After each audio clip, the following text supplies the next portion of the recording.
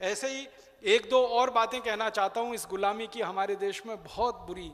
हमारे हिंदुस्तान में 1492 में एक यूरोपियन व्यक्ति आया जिसका नाम था वास्को डिगामा, और वास्को डिगामा ने आके भरपूर लूट की है इस देश में।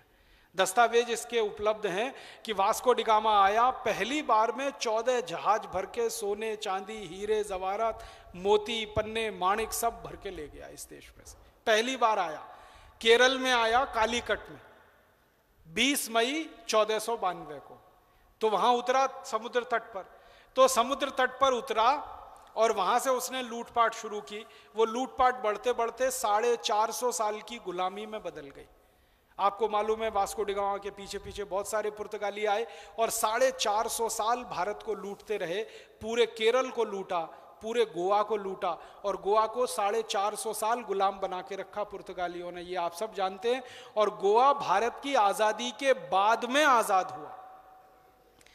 भारत तो आजाद हो गया अंग्रेजों की गुलामी से 1947 में, उसके भी 10 साल बाद गोवा आजाद हुआ पुर्तगालियों की गुलामी से। अब जिस वास्को डिगामा ने इस देश की लूट की और जिसने इस देश में पुर्तगालियों का साम्राज्य बनाया और इस देश के एक इलाके को 450 साल तक गुलाम बनवाया, उसके नाम पर हमारे देश में एक पूरा शहर बसा हुआ है, उसका नाम है वास्को डिगामा। यहां कोई गोवा से आए हैं? गोवा आपको मालूम है वास्को डिगामा? आप गोवा की असेंबली में और गोवा की वास्को डिगामा की म्युनिसिपल कॉरपोरेशन में एक प्रस्ताव पारित कराइए कि इस गुलामी के नाम को हम कब तक ढोएंगे। आजादी मिले हुए इतने साल हो गए, अभी भी वास्को डिगामा के नाम पर हमारा शहर क्यों होना चाहिए? कौन सा ऐसा उसने पुण्य का काम किया या दया का या प्रेम का या करुणा का काम किया जिसके लिए हम वास्को डिगामा को याद करें? लुटेरा आदमी था, मारा पीटा है, जबरदस्ती लोगों को ईसाई बनाया है। अगर वो कहानी में सुनाने लगूं कि वास्को डिगामा ने कैसे ईसाई बनाया, गोवा के लोगों के ऊपर इतने अत्याचार हुए हैं, ये गोवा वाले ढूंढे अपने इतिहास में। नाखून खिंचवा लिए हैं उसने उन लोगों के जो ईसाई नहीं बने, पैर के नाखून खिंचवा लिए, हाथ के नाखून खिंचवा लिए, उंगलियों को लोहे के चिमटे में दबा दबा के निचोड़वा दिया है सारा खून, अगर कोई ईसाई नहीं बना, जिसने धर्म नहीं बदला। इतने अत्याचार किए हैं वास्को, सिर गर्दन से कटवा दिए जिन्होंने धर्म बदलने से मना कर दिया अपना। इतने बड़े पैमाने पे हैवानियत मचाई है वास्को डिगामा और उसके सहयोगियों ने। उसके नाम पर आज पूरा शहर बसा रहे और रोज हमें उसका नाम लेना पड़े, और दिल्ली से तो ट्रेन चलती है उसका नाम ही वास्को डिगामा एक्सप्रेस रख दिया है। वो ट्रेन का नाम भी उस गुलामी के नाम पे चल रहा है। ऐसा ही एक अंग्रेज था हिंदुस्तान पर जिसने बहुत अत्याचार किए हैं, जिसको कभी याद करना भी, हम सपने में भी याद करना अच्छा नहीं मानेंगे। उसका नाम था डलहौजी। आपको मालूम है डलहौजी ने सबसे खराब काम इस देश में किया कि हिंदुस्तान के करोड़ों किसानों को भूमिहीन बना दिया। डलहौजी के पहले इस देश में एक भी किसान भूमिहीन नहीं था, ये अंग्रेजों के ही दस्तावेज बताते हैं। अंग्रेजों के दस्तावेज कहते हैं कि डलहौजी के आने के पहले भारत के हर किसान के पास कम से कम 10 एकड़ जमीन थी, कम से कम 10 एकड़ जमीन थी, कम से कम 10 एकड़ जमीन। इसको ध्यान से सुनिएगा, एक भी किसान भूमिहीन नहीं था। और बहुत सारे किसानों के पास 100 एकड़ थी, 500 एकड़ थी, 1000 एकड़ थी, लेकिन कम से कम 10 एकड़ तो हर किसान के पास थी। डलहौजी ने क्या किया, एक कानून लाया, उसका नाम है लैंड एक्विजिशन एक्ट, जमीन को छीन लेने का कानून। उस कानून को लागू कराया और उस कानून के लागू होते ही करोड़ों किसानों की जमीनें छीनकर अंग्रेजी ईस्ट इंडिया कंपनी की जमीन हो गई। डलहौजी पता है क्या करता था? अदालतें लगाता था। एक शहर में चला गया या एक गांव में चला गया, गांव के नागरिकों को बुलाता था इकट्ठा और उनसे कहता था कि ये जमीन तुम्हारी है, इसको सिद्ध करो। तो लोग कहते थे कि ये हमारे पिताजी ने दी है, पिताजी के पिताजी ने दी है, पिताजी के पिताजी ने दी है। कहता था कागज दिखाओ इसका। अब हिंदुस्तान में कागज पर कोई प्रमाण नहीं लिखने की परंपरा है। हमारे यहाँ कोई भी कागज पर प्रमाण नहीं लिखा जाता, हमारे यहाँ तो वचन का महत्व ही बहुत है। तो वो कहते थे हमारे यहाँ तो परंपरा से, तो वो कहता मैं परंपरा नहीं मानता, तुम्हारी जमीन मेरी हो गई।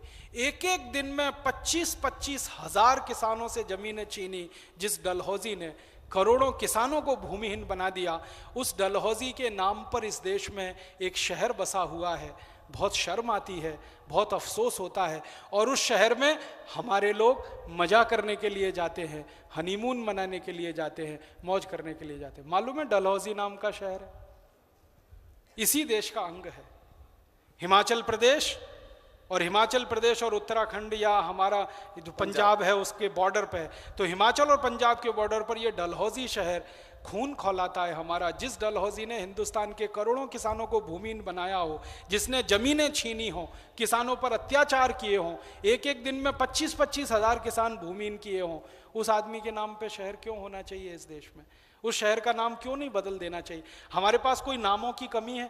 याज्ञवल्क शहर हो सकता है, वशिष्ठ शहर हो सकता है, विश्वामित्र शहर हो सकता है, कोई नाम से शहर हो सकता है। हिमाचल प्रदेश के किसी ऋषि मुनि के नाम से वो शहर बसाया जा सकता है। डलहौजी में ऐसे कौन से सद्गुण हैं जो उसके नाम पर वो शहर? इसी तरह से बहुत अफसोस है मुझे, और 2-3 बातें आपसे कहना चाहता हूं। हिंदुस्तान में दिल्ली है, दिल्ली में आप वहां गए हैं? इंडिया गेट, दिल्ली वाले कार्यकर्ता यहां हैं, वो जानते हैं। इंडिया गेट पर आपने एक स्थान देखा है जो खाली है, प्लेटफॉर्म बना हुआ। वहां पर 1947 में तय हुआ था कि महात्मा गांधी की मूर्ति लगेगी। उसके बाद संसद में 3 बार प्रस्ताव हो गया और आजादी के 62 साल के बाद वहां गांधी जी की मूर्ति नहीं लग पाई। और पता है वहां मूर्ति पहले लगी हुई थी जॉर्ज की, अंग्रेजों के राजा की, और फिर बात हुई कि ये तो अब हमें गुलामी की निशानी के रूप में हटा ही देना पड़ेगा, तो वो हटा के गांधी जी की मूर्ति लगानी। तो गांधी जी की मूर्ति बनी हुई, रखी हुई है, उस स्थान पर लगाई नहीं जा सकी क्योंकि अंग्रेज सरकार को मंजूर नहीं है।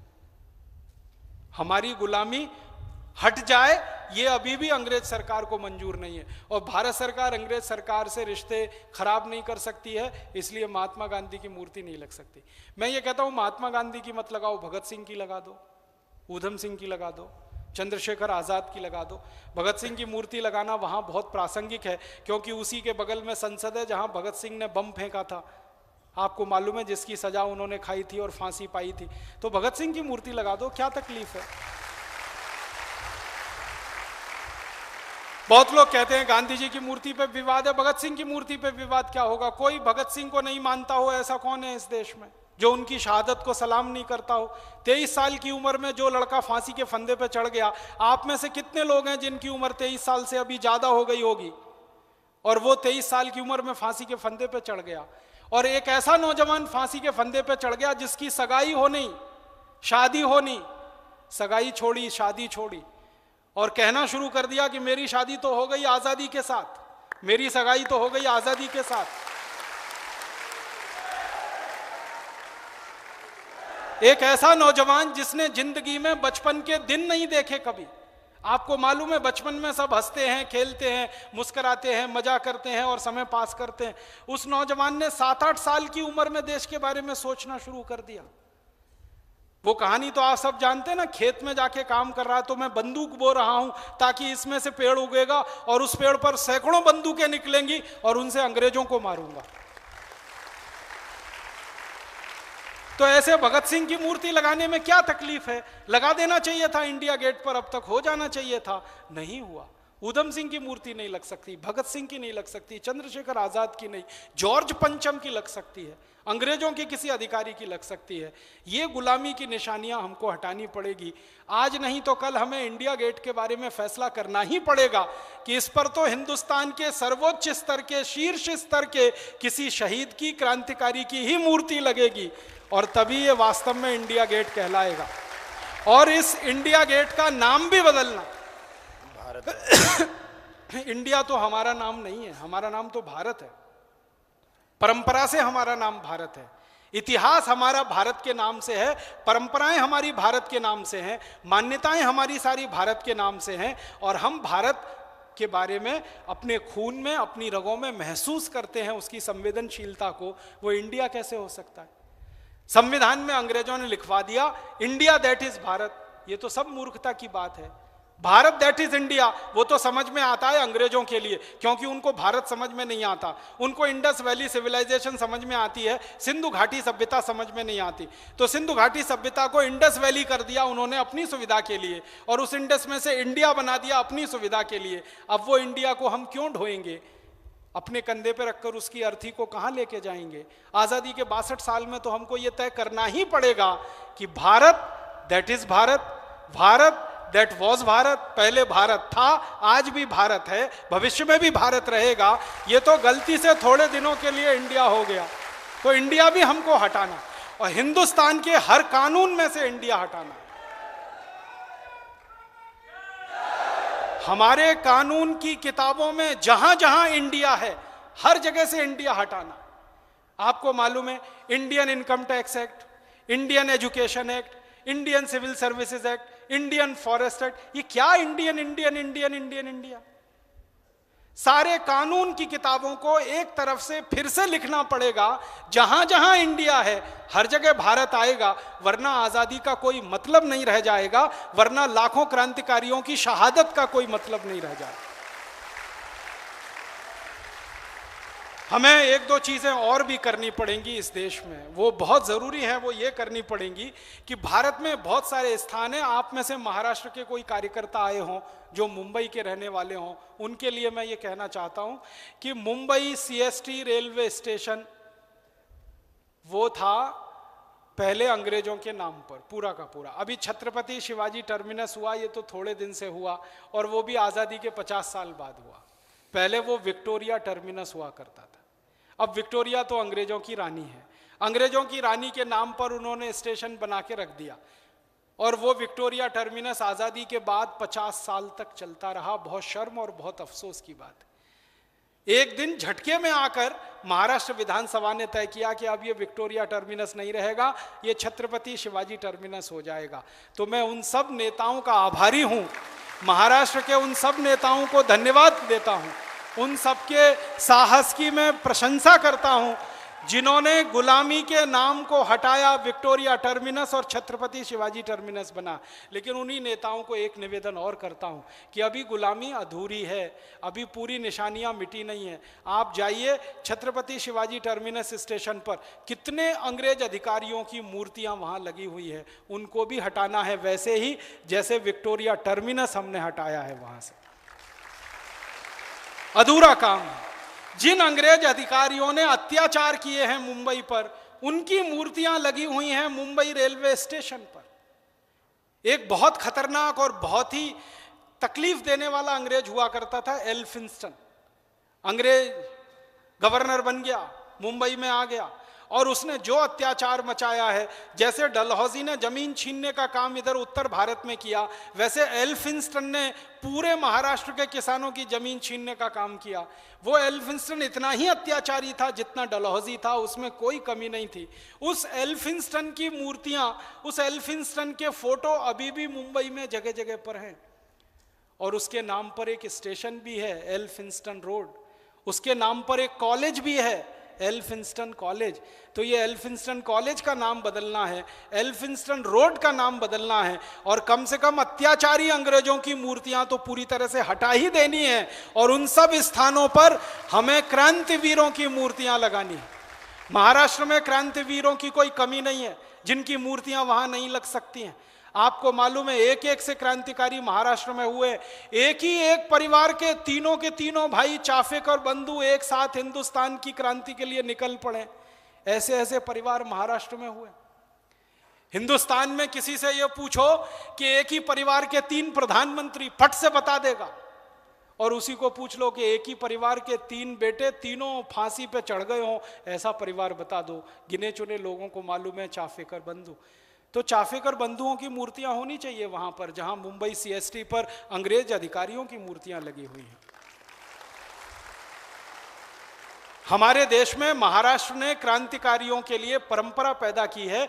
इस देश की आजादी का इतिहास उन मराठी वीरों के लिए हमेशा कृतज्ञ रहेगा जिन्होंने 1857 की क्रांति की सूत्रपात की इस देश में। नाना साहब पेशवा, आप जानते हैं, मूलतः मराठी थे। क्योंकि अंग्रेजों ने उनके परिवार को मार के भगा दिया था पुणे से, तो वो आके रहने लगे थे कानपुर के पास बिठूर में। वो नाना साहब पेशवा थे जिन्होंने क्रांति सूत्र इस देश में दिया, जिन्होंने संगठन खड़ा किया, जिन्होंने अंग्रेजों से आज़ादी छीन के लेनी है ये भारतवासियों को समझाया। और उनके दाएं बाएं तांतिया टोपे वो मराठी थे, नाना साहब पेशवा मराठी थे, चाफेकर बंधु मराठी थे, और हमारे देश में एक दो नहीं सैकड़ों सैकड़ों नाम है, उन सब क्रांतिकारियों की मूर्तियां होनी चाहिए। मुंबई सीएसटी स्टेशन पर यह अभियान हमें चलाना है, भारत स्वाभिमान की तरफ से चलाना है, और इस अभियान में सारी राजनीतिक पार्टियों को शामिल कराना।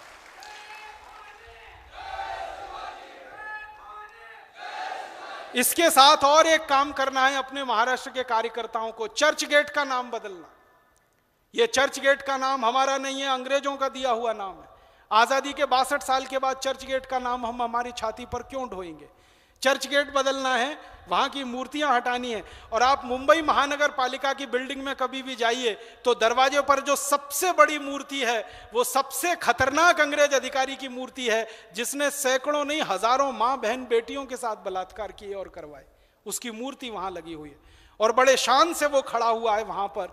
हमें किसी दिन उसको हटा देने की बात करनी पड़ेगी, उसको समाप्त करने की बात करनी पड़ेगी।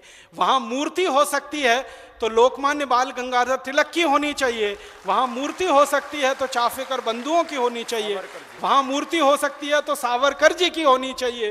अंग्रेज अधिकारी की मूर्ति को आजादी के 62 साल में तो हम बर्दाश्त नहीं करेंगे, क्यों करेंगे? तो इस तरह से हमें हमारे सारे गुलामी के निशाने हटाने। अगर यहाँ उत्तर प्रदेश से कोई लोग आए हों, इलाहाबाद में एक इलाका है जो गुलामी का सबसे खतरनाक प्रतीक है, चैथम लाइन्स है। एक अंग्रेज अधिकारी हुआ करता था चैथम, उसने वहां जाके एक अपनी कोठी बनाई थी और वहां पे कुछ सेना रखना शुरू किया था, तब से वो चैथम लाइन्स पड़ गया। आजादी के 62 साल के बाद वो चैथम लाइन्स इलाहाबाद में चल ही रहा है। और भी एक खराब जगह है इलाहाबाद में, म्योर रोड है, वो एक अंग्रेज अधिकारी के नाम पर है। सबसे खराब अंग्रेज अधिकारी था म्यो, जो इलाहाबाद में आया था, जिसने हिंदुस्तान में आज़ादी के इतिहास में कालिख पोंछी है। वो ये कि इलाहाबाद के जो क्रांतिकारी होते थे ना, उनको नीम के पेड़ पर फांसी लटकाकर गोली मारा करता था। वो म्यो अधिकारी था। उसके नाम पर म्योर रोड है, उसके नाम पर म्योर कॉलेज है, उसके नाम पर म्योर स्पोर्ट्स कॉम्प्लेक्स है। बहुत शर्म आती है मुझे ये गुलामी की निशानियां। चेन्नई में चले जाओ तो रिपन बिल्डिंग है। रिपन एक खतरनाक अंग्रेज अधिकारी था जिसने पूरे मद्रास की ग्रामीण अर्थव्यवस्था को ध्वस्त कर दिया, एक कानून बना के पूरे मद्रास की ग्रामीण अर्थव्यवस्था को ध्वस्त कर दिया। उस रिपन के नाम पर बिल्डिंग है, उस बिल्डिंग में म्युनिसिपल कॉर्पोरेशन का ऑफिस चलता है। उससे भी ज्यादा खतरनाक एक अंग्रेज था कर्जन, जिसने बंटवारा किया था बंगाल का हिंदू और मुसलमानों के आधार पर। पूर्वी बंगाल, पश्चिमी बंगाल, पूर्वी बंगाल मुसलमानों का, पश्चिमी बंगाल हिंदुओं का। हिंदू मुसलमान के आधार पर देश का पहला बंटवारा 1905 में हुआ था और वो नींव रखी थी कर्जन ने, जिसका फलीभूत 1947 में हुआ था और वास्तव में बंटवारा हो गया। जिस कर्जन ने हिंदुस्तान को सांप्रदायिक आधार पर बांटा हो, हिंदू मुसलमान के संप्रदाय के आधार पर देश के दो टुकड़े किए हों, उस कर्जन के नाम पर जगह जगह बिल्डिंगें खड़ी हैं, जगह जगह सड़क बनी हुई हैं। Curzon road, Curzon building, Curzon चौराहा, ये सब कर्जन के नाम पर कलकत्ता में, बंगाल में और भारत के दूसरे इलाकों में। ऐसे बहुत स्थान हैं हमारे देश में। और